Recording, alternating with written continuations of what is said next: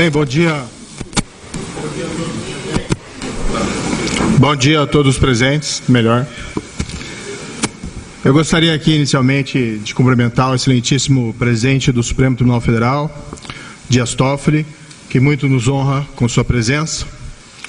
O Supremo Tribunal Federal, uma instituição, como todos sabem, criada pela genialidade de Rui Barbosa, inspirada na Suprema Corte norte-americana, é uma pedra fundamental do Estado de Direito e da democracia, a qual rendo minhas homenagens na pessoa do ministro.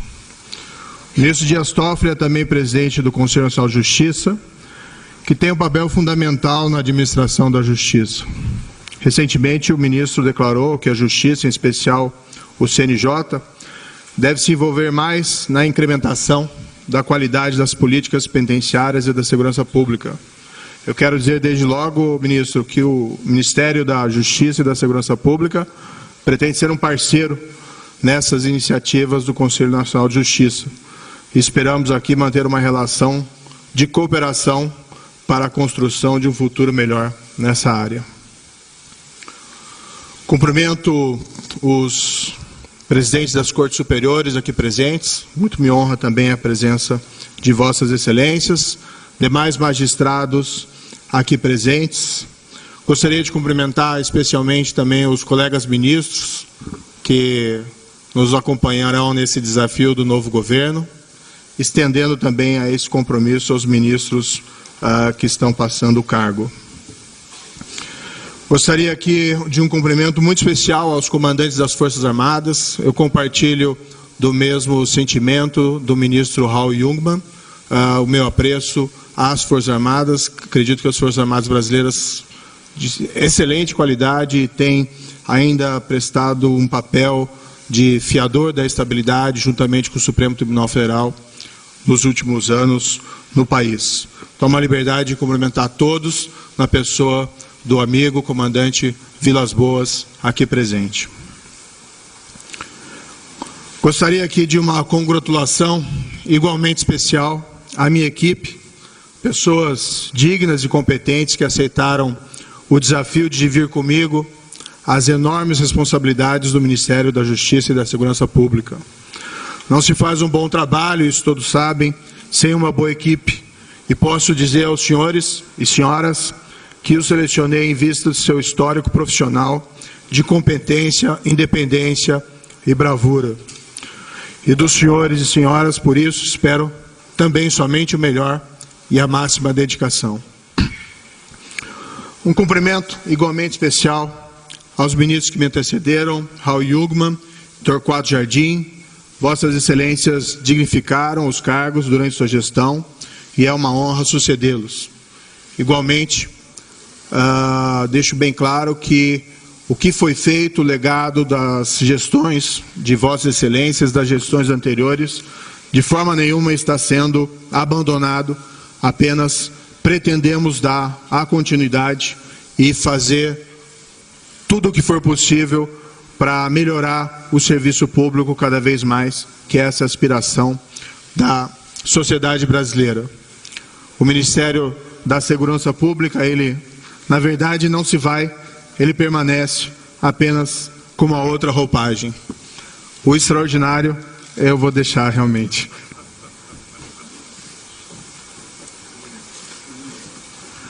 Estendo também esse cumprimento às respectivas equipes dos ministros e aos valorosos servidores da Justiça e da Segurança Pública, com o qual, na continuidade, dividirei sonhos, mas também desafios. Cumprimento todas as demais autoridades, senhoras e senhores aqui presentes, na pessoa dos demais nominados. Quero explicar aqui em rápidas palavras porque eu aceitei o convite do nosso presidente, o excelentíssimo senhor Jair Bolsonaro, deixando 22 anos de magistratura e uma relativamente confortável carreira, pelo menos nos aspectos de vencimentos e aposentadoria. Os outros aspectos, não tão confortável. Ontem mesmo, verifiquei que o Brasil, apesar da Operação Lava Jato e dos enormes esforços aqui e ali contra a corrupção, permanece em uma posição relativamente ruim nos índices de percepção quanto à existência de corrupção nos rankings anuais da Transparência Internacional. Entre 180 países, o Brasil ocupa a 96ª posição. Rigorosamente, a pontuação obtida pelo país, 37 em 100 pontos possíveis, caiu desde 2014, quando do início da Operação Lava Jato. Talvez os esforços judiciais, ao revelarem a magnitude da corrupção entre nós, tenham contribuído, paradoxalmente, para elevar a percepção da corrupção. Ao invés desses esforços, eles terem chamado a atenção para o quanto nós temos, não só a instituição judiciária, mas todas as instituições em volta da justiça criminal, e igualmente a sociedade, o quanto nós temos dedicado a superá-la. Isso, para mim, ilustra uma verdade reconhecida e que já repeti várias vezes. Não se combate a corrupção somente com investigações e condenações criminais eficazes. Elas são relevantes, pois não há combate eficaz à corrupção com impunidade e sem riscos de punição para os criminosos. Mas elas não são suficientes. São necessárias políticas mais gerais contra a corrupção. Leis que tornem o sistema de justiça mais eficaz. Leis que diminuem incentivos e oportunidades contra a corrupção. Um juiz em Curitiba pouco pode fazer a respeito dessas políticas gerais. Mas no governo federal, a história pode ser diferente. Há um outro grande desafio, o crime organizado. Grupos criminosos organizados, alguns que dominam nossas prisões, estão cada vez mais poderosos. É preciso enfrentá-los com leis mais eficazes, com inteligência e operações coordenadas entre as diversas agências policiais, federais e estaduais. O remédio aqui é universal, embora nem sempre de fácil implementação. Prisão dos seus membros, isolamento carcerário das lideranças, identificação da estrutura e confisco de seus bens. Assim se leva ao enfraquecimento e ao desmantelamento delas. Não é uma tarefa impossível. Nos Estados Unidos, as famílias mafiosas, outrora superpoderosas, foram desmanteladas pelo FBI e pelo Departamento de Justiça a partir da década de 80.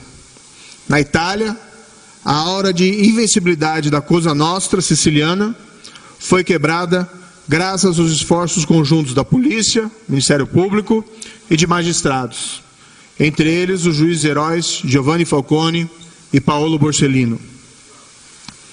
O crime violento também aterroriza a população brasileira. As elevadas taxas de homicídio, já mencionadas pelo ministro Raul Jungmann, constituem o pior exemplo. Mas os índices de roubos armados, estupros e de crimes violentos em geral geram uma atmosfera de insegurança que deve ser combatida com estratégia, inteligência e políticas públicas eficazes. Essas elevadas taxas de criminalidade, seja do crime de corrupção, seja do crime organizado, seja do crime violento, prejudicam o ambiente de negócios e o desenvolvimento. Pior do que isso, geram desconfiança e o medo, afetando a credibilidade das instituições e, em certo nível, a própria qualidade da democracia e da vida cotidiana. Não há uma resposta ou uma tarefa fácil aqui, mas o compromisso do Ministério é, com todos os esforços e dedicação possível do ministro, dos secretários, dos dirigentes, dos servidores dos ministérios e de todos órgãos e departamentos vinculados a eles, iniciar um ciclo virtuoso de diminuição de todos esses crimes, prosseguindo no legado das gestões anteriores. Tudo isso dentro de um ambiente de respeito às instituições e ao Estado de Direito. Tudo isso com uma esperada parceria com os estados e municípios, em especial com suas forças policiais, Polícia Militar e Polícia Civil. Os planos ainda estão em elaboração e não caberia aqui detalhá-los. Mas, alguns exemplos. Pretendo que a Secretaria Nacional de Segurança Pública, utilizando sabiamente o Sistema Único de Segurança Pública e o Fundo Nacional de Segurança Pública, um legado da gestão do ministro Raul Jungmann, atue não só com investimentos para auxiliar as polícias estaduais e distrital, mas também para padronizar procedimentos, gestão e estrutura, respeitadas, obviamente, as autonomias locais. Deve ter um papel equivalente ao da intervenção federal no Rio de Janeiro, e que reestruturou a segurança pública naquele estado. Aqui, evidentemente, substituindo intervenção por cooperação. Pretendo que o Departamento Penitenciário Nacional incremente a qualidade das penitenciárias federais para o absoluto controle das comunicações das lideranças de organizações criminosas com o mundo exterior.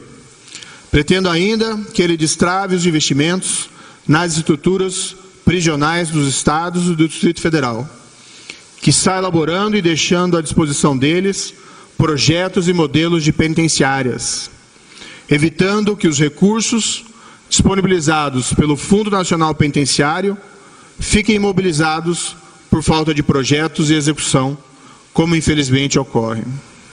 Precisamos, com investimentos e inteligência, recuperar o controle do Estado sobre as prisões brasileiras. Pretendo que o Banco Nacional de Perfis Genéticos, um instrumento de vanguarda para a elucidação de crimes, especialmente crimes violentos, e igualmente um inibidor da reincidência criminosa, deixe de ser apenas uma miragem legal. Ao cabo de 4 anos, nosso compromisso é de que sejam inseridos no banco o perfil genético de todos os condenados por crimes dolosos no Brasil. Ou, se não conseguirmos a alteração pretendida na lei para tanto, de todos os condenados por crimes dolosos praticados com grave violência à pessoa. Respeitosamente, quero contar para esse projeto com o apoio do Conselho Nacional de Justiça, uma vez que já há um projeto de parceria entre o CNJ e o Ministério da Justiça em andamento para a colheita de dados biométricos dos presos. Pretendo também que o Departamento de Recuperação de Ativos e Cooperação Jurídica Internacional, o DRCI, aprofunde a cooperação jurídica internacional para que o refúgio do criminoso no exterior seja uma alternativa cada vez mais arriscada. Não deve haver portos seguros para criminosos e para o produto dos seus crimes. Quando países não cooperam, quem ganha é somente o criminoso. O Brasil não será um porto seguro para criminosos e jamais, novamente, negará cooperação a quem solicitar por motivos exclusivamente político-partidários.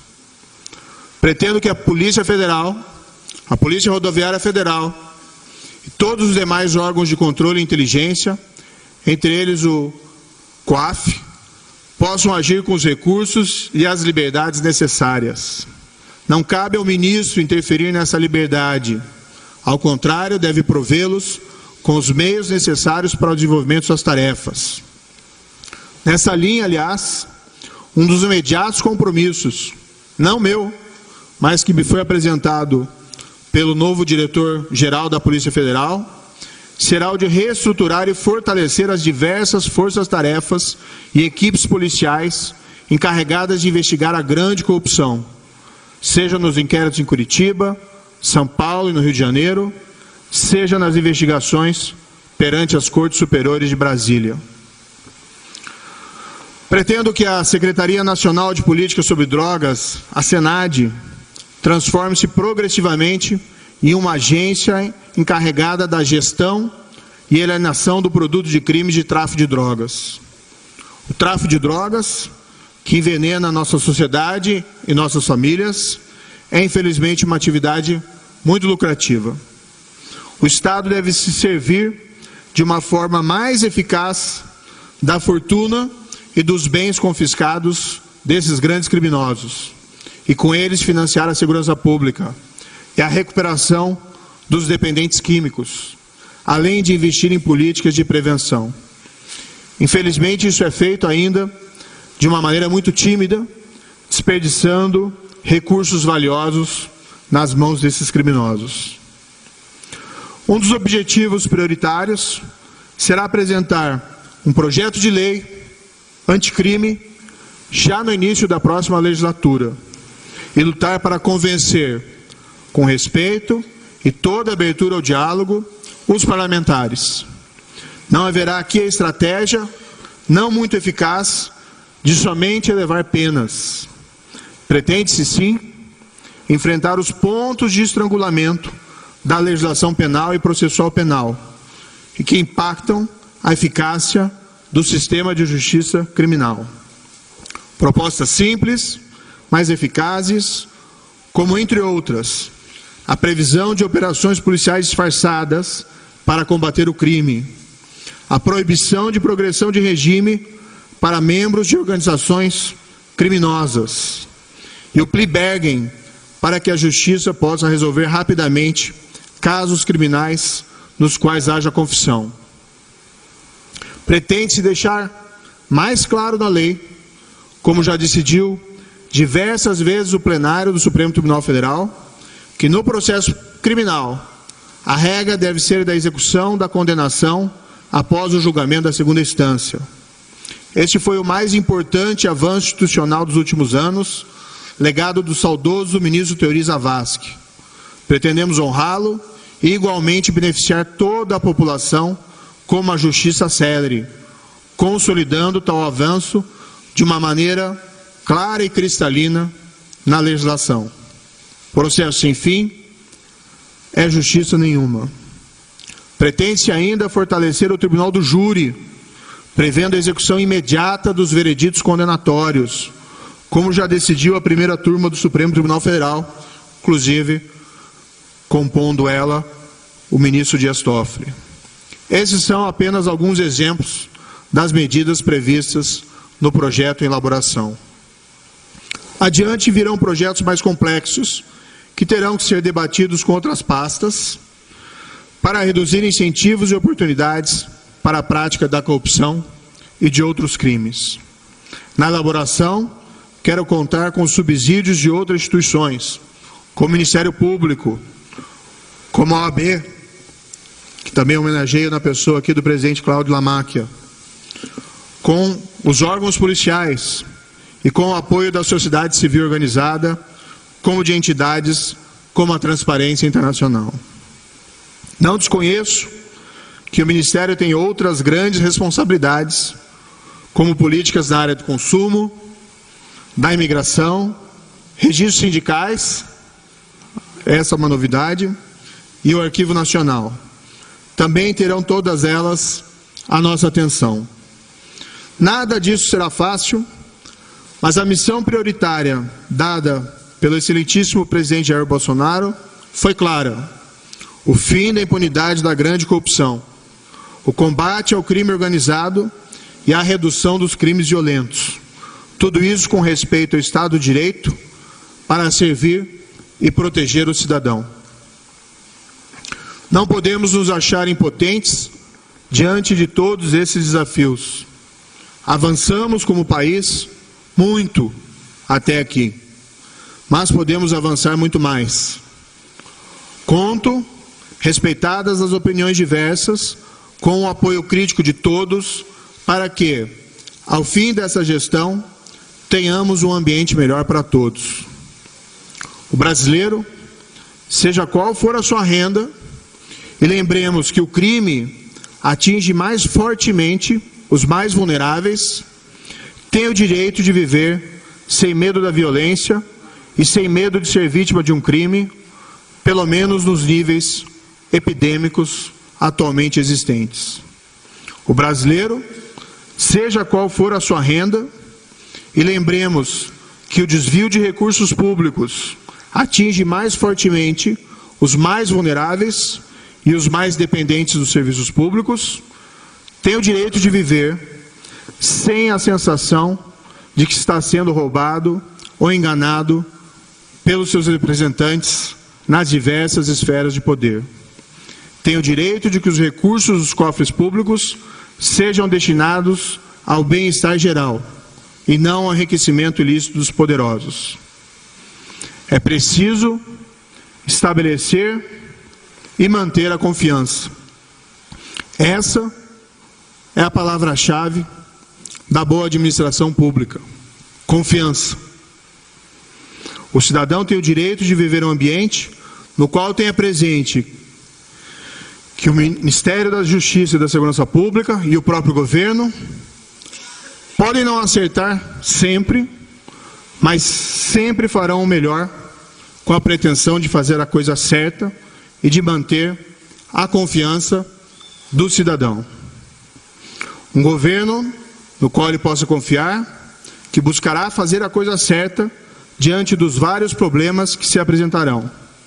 Fazer a coisa certa, pelos motivos certos e do jeito certo, será o nosso lema e estará sempre presente em nossas mentes. Finalizando, os desafios são grandes, mas eu e minha equipe, e talvez possa dizer aqui que todos nós brasileiros, temos uma esperança infinita de que eles podem ser resolvidos com vontade, dedicação e respeito a todos. Muito obrigado por sua atenção. Mãos à obra.